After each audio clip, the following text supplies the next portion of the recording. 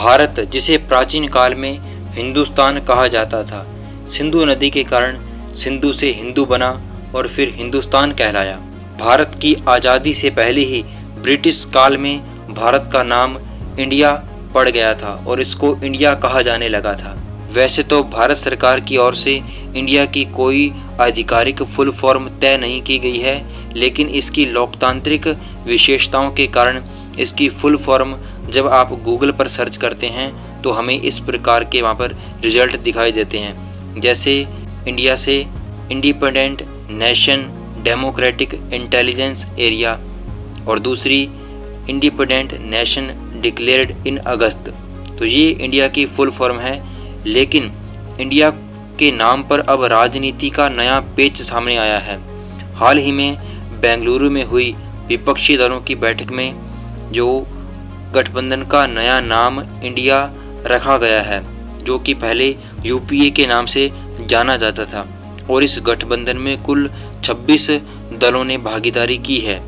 और यहाँ इंडिया की फुल फॉर्म है आई से इंडियन, एन से नेशनल, डी से डेवलपमेंटल और आई से इंक्लूसिव और ए से अलायंस, यानी Indian national developmental inclusive alliance.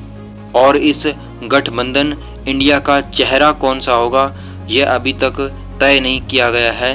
अब दोनों पक्षों में इंडिया के नाम पर बहस हो रही है।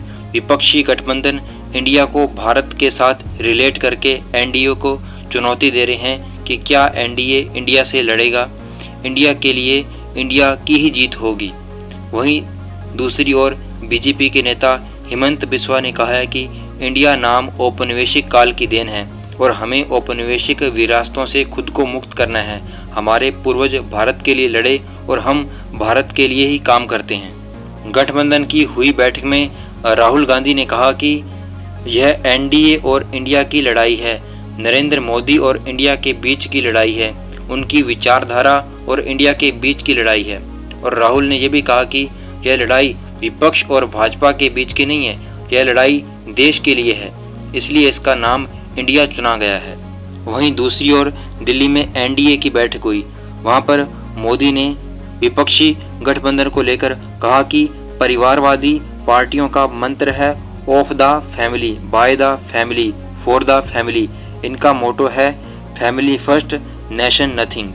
अब यह 2024 में जनता ही तय करेगी कि इंडिया का प्रधानमंत्री कौन होगा या प्रधानमंत्री इंडिया का होगा।